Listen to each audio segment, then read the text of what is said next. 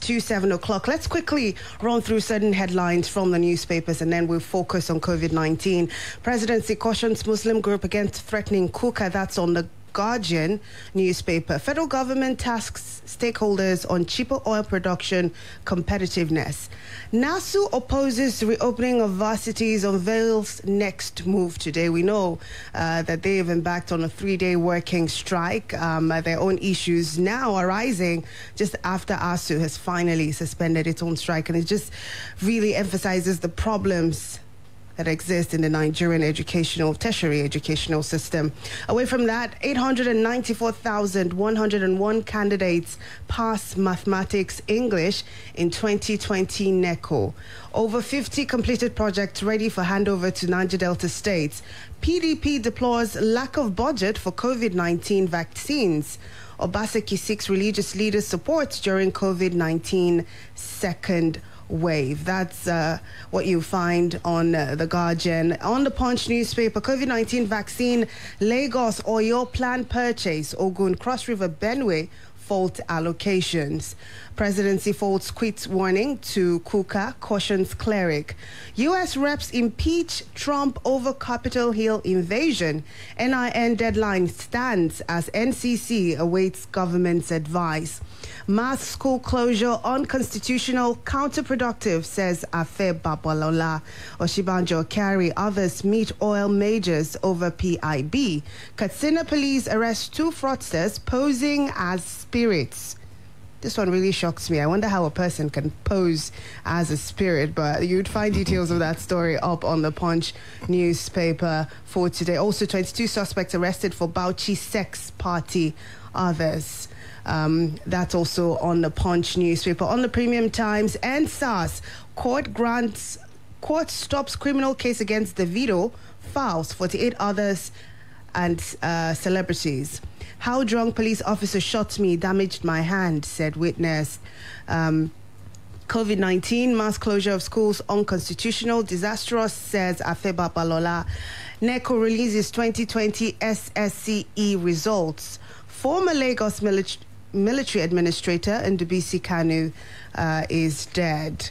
And you'd also find Global Funds sign $8.5 billion grants to fight HIV, tuberculosis, malaria. That's also on the Premium Times. Plateau State government to prosecute residents spreading misinformation about COVID-19. 5 die, 16 injured in Lagos Ibadan highway accident. Those are some stories from the Premium Times. But let's now focus our attention on this story that, from what I've read, features on a lot of papers this morning. The Nigerian Medical Association, the National Association of Nigerian Nurses and Midwives, and a coalition of labor and civil society organizations, the Alliance for the Survival of COVID-19 and Beyond, have advised the federal government to ensure transparency in the distribution of COVID-19 vaccines.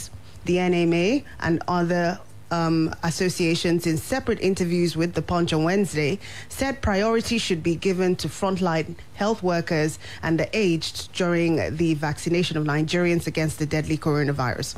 The group said this as Ogun, Oyo, Cross River, and others faulted the number of COVID-19 doses allocated to them by the federal government. On its part, the Benue State government said the issue of allocation of COVID-19 vaccine doses ought to have been discussed at the Nigeria's Governors Forum. But Lagos and Oyo states stated that they planned to buy COVID-19 vaccines. All the states said they were not involved in deciding the sharing formula for the vaccine. So according to this sharing formula that was made public by the National Primary Health Development Agency, the distribution breakdown is as follows. Kano State is to have 3,557, Lagos 3,131, Katsina 2,361. Let me get down to Oyo. 1,848.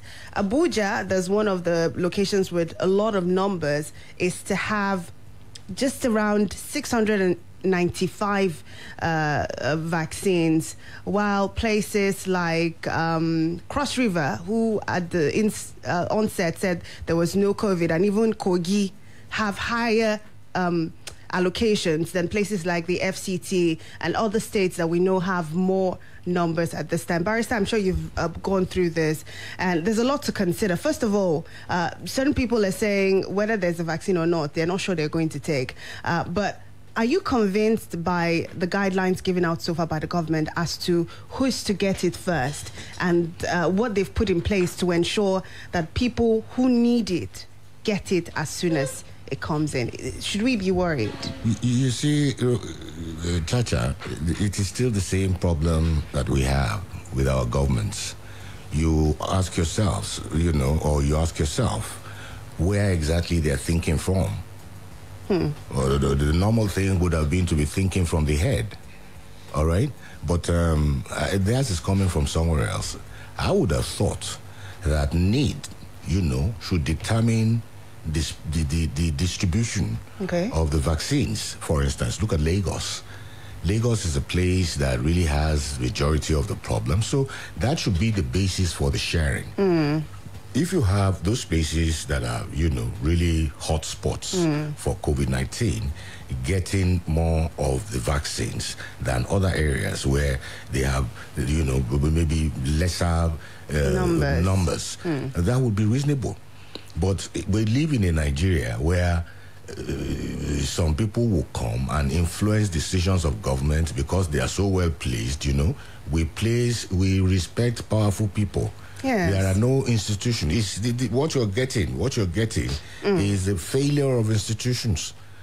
The people who are deciding who gets what, where, when, and how now are not the people who should be doing it. All right? That ought to have been left to...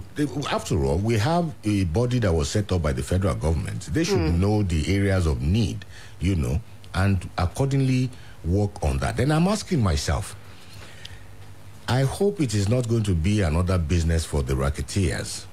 I just hope it's not going to be so. How are they going to be giving it out to people? Because at the end of the day, you will find the very well-placed people, just the way they do with appointments every other thing, So you have specialized people. But one thing I just want to tell Nigerians is this. Chacha, I was reading something yesterday. For a long time, majority of us are wondering, the rest of the world too, especially people like, what's Bill Gates' wife's name, Melinda, who thought then that with COVID, our streets will be littered with corpses and all that. I now found that one of the reasons why majority of the people we find dying are actually dying is because of their luxurious lifestyles. Really? Yes. These are people who move from air-conditioned homes to their air-conditioned cars, to their air-conditioned offices, and then to their air-conditioned clubhouses, denying themselves the beauty of the African sun. In other words, they are the people who brought Europe into... That is to presuppose that all those who have died from COVID-19 are wealthy people. And I know for certain that that's not the case. No. But I said majority of them. This report that I read, and you see, because you start asking yourself, if COVID was operating the way we have been reading it, go to the streets in Ibadan here, go to the markets, go and see what is happening. And many of these people are not exhibiting any symptoms or whatever. Because at the peak of the sun, 32 degrees, you are finding them there. So they have plenty of vitamin D, which is an antidote against COVID. Speaking about reports, I read the one recently, an investigation that was carried out by a group of scientific investigators. They had gone to a community somewhere in Lagos, and they were just testing people for antigens. Now we know antibodies, rather. Okay. Antibodies are only gotten in the cases of people who have had COVID and have recovered. And then they realized that a lot of people had antibodies, and these people didn't even know that they had contracted, not to talk of, so it had gone its course or ran its course in their bodies, and they had no idea whatsoever. The scientists were astonished at the numbers. That's why, you see, we have a problem here. I think it was Kenya, or which one of the states that said, look, we are not buying vaccines. We don't have money. Look at the amount of money we are going now to invest on buying vaccines in this troubled economy. Are you suggesting we should be doing the same? No, we should look inward. We have tried that. We've gone that route before, Barrister. Listen, you have just said something now. You have just said something now about those antibodies. What is responsible for it?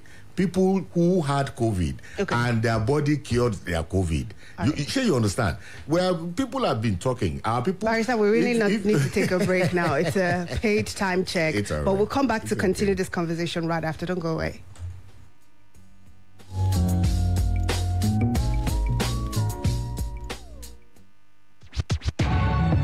Splash FM 105.5. It's 7 o'clock. Good morning, Mom. I had a dream. We sat at a big golden dining table. There was lots of yummy golden penny pasta served. Daddy ate his with veggies. You ate yours your way. I ate mine with my favorite sauce. It was so tasty. As I was about to have my last spoon, you woke me up. Dreams to come through after all. Guess what we're having for breakfast, darling? Golden penny pasta! With Golden Penny Pasta, your way is best.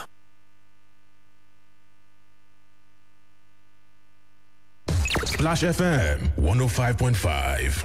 Laura and Nikki with BBC Minute. Impeached again. We've seen that headline a lot. Yeah, Donald Trump has become the first US president to be impeached twice. Alec Baldwin, who played him on Saturday Night Live, posted, "Things are looking up." Snapchat, meanwhile, has become the latest app to ban President Trump permanently. Voting is underway in Uganda's presidential election. Security is tight. Authorities have cut access to the internet. President Museveni is seeking to extend his 35 years in power. His biggest rival, pop star turned politician Bobby Wine. Doctors have documented a bizarre medical case. An American man injected magic mushrooms into his vein to try and help his depression. The fungi started to grow in his bloodstream. That led to his organs starting to fail, and he spent 22 days in hospital as his blood was clean. And YouTube's announced the first winners of its Black Voices class of 2021. The 132 are from the US, UK, Kenya, Brazil, Australia, South Africa, and Nigeria. 0529G. BBC Minute. Laura and Nikki with BBC Minute. Quick, charge at 240. Hot news, cool vibes, sports, and more on the Integrity Station.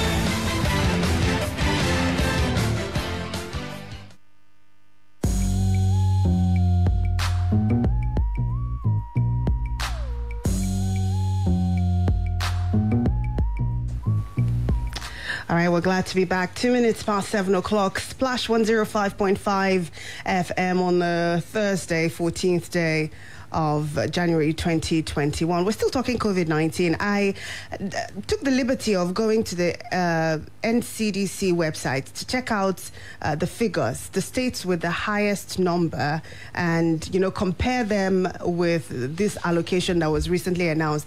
On the NCDC website, Lagos State, of course, as we can all agree, have seen the highest numbers of cases so far.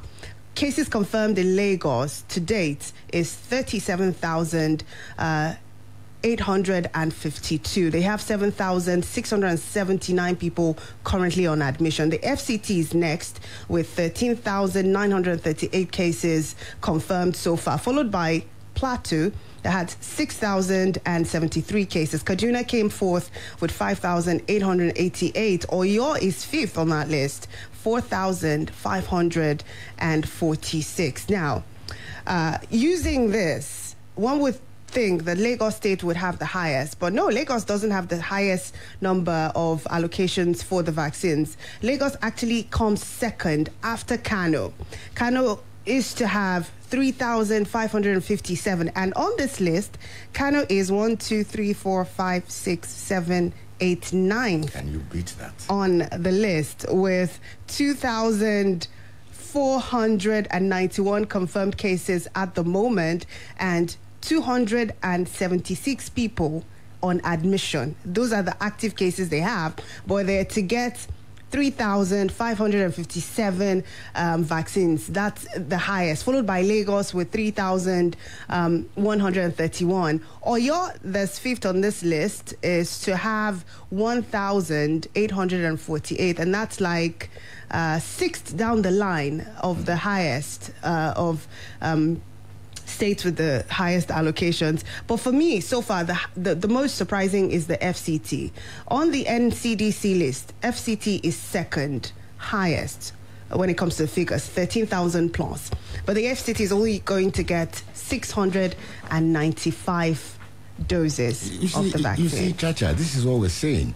These are the incongruities, that is inherent in the system. Because one would have thought that allocations would be based on those number of cases per state. One would have thought that a Lagos will get more, and then followed by the FCT. Yes. Just exactly as the number is. So why are these changing? I wondered about that too. But if you would read that report by The Punch up until the end, you would find a place where one of the health ministry officials was saying that they arrived at this distribution module based on places that had that were considered hotspots. So and that didn't even, it didn't make sense to me because everybody knows that Lagos is the... Anyway, you know their Olorioko has become a seer now. I don't know what Olorioko is. Olorioko is the head of everything. Oh, okay. So he has become a seer now, a general overseer. He can see into the future. So maybe they have seen into the future that those places will be the hot spots. I mean, it beats me, really. I do not understand. These are the incongruities inherent in the system. You understand? These are the incongruities. It is the same thing that is troubling this nation. But I mean, it's the same thing. It's the same problem that we're having. Perhaps for us here in Oyo State, something we should be happy about, depending on how you look at it, is the state government saying that they're going to make efforts to get vaccines for themselves. They said the allocation by the federal government were inadequate and that they would have alternative provisions for additional vaccines to be procured for the state. This was according to the governor, who spoke to the correspondent of The Punch through his chief press secretary. He says, and I quote, "We don't have vaccines yet in Nigeria, so the allocation was made on paper ahead of their availability in the country." The governor said this evening that the number that is projected to be given to Oyo State is grossly inadequate and the state is going to make alternative arrangements. The state would talk to alternative manufacturers of vaccines and make direct procurement where possible. That's our governor speaking there. You see, I would have thought, that in a situation such as this, the states will handle their own problems themselves. You understand? If the best the federal government can do, assist them in terms of finance, but let them solve their problems. You see, let us start living as a federal system of government. Barrister, how effective would that be? I mean, considering that we have state governors that are still in denial. We have Kogi State Governor till this day saying that COVID-19 basically does not exist. If he likes. So how do you give somebody, that kind of person, the responsibility to make sure that people get vaccinated for a disease he believes does not exist? He has people there. He has people he's ruling over now. If they accept what he's saying, for instance, now, if Oyo goes now and buys like 4 million vaccines, and Kogi says they only need 500, look, let me tell you something. Of course, that would be unfair. Ordinarily, yes. Nigeria should be a federation. Yes. Ordinarily. And what you mean by federation is those component, parts making decisions for themselves, to take care of themselves. But we know that largely that's not how we're functioned. Even when it comes to finances, we go cap in hand to the... That's why we are having so much problems. Okay, Barrister, let's leave this, and we're still looking at COVID-19. I want us to look at this comment by Afe Babalola. Yes. Of course, he's a renowned personality. A lot of people believe that when he speaks, people should listen. He has said that the federal government should not repeat the indefinite closure of Nigerian schools as a result of the coronavirus pandemic. He said this while addressing a news conference in Ado Ekiti. He said that waiting indefinitely for COVID-19 to go was dangerous, as the pandemic might last for another year globally. He said mass closure of schools, especially universities, without consideration for schools known to be outstanding in the possession of best facilities capable of putting the virus at bay, was not good for intellectual growth and human capital development of the country. I mean, a lot of people are still torn between getting back to school, given the increase in numbers as we've seen, and continuing the way we are. Do you agree with the professor? Afe Babalola is our father. At least in the legal profession, he's a man to be respected, all right? But I am not too happy with the statement he has made. Okay. Yes, everybody, we all want our children to go back to school. I would have been happier if he gave a solution on how to go about it. I would have been happier. What he has said there is just a general statement. If they open the schools, what are to be put in place to ensure the safety of the children? I think that should be that's what we're looking at. His argument is that there are schools that are capable of putting in place non-pharmaceutical protocols. So the federal government shouldn't use one brush to wipe everybody and say all schools stay indefinitely closed because some people are failing. He's saying those who are able, to continue academic activities with those measures in place should be allowed to go ahead. Yeah, what do we end up with? What do we end up with? What then would we end up with? Another staggered educational years or sessions. Why should it be so? So if we allow Afe Babalola to open his university now, to run the 2019-2020 session and complete it, all right? And then it goes to 2020-2021. And maybe by the time the federal government decides to open school, it is already on 2021-2022. And the other ones will be on 2019-2020.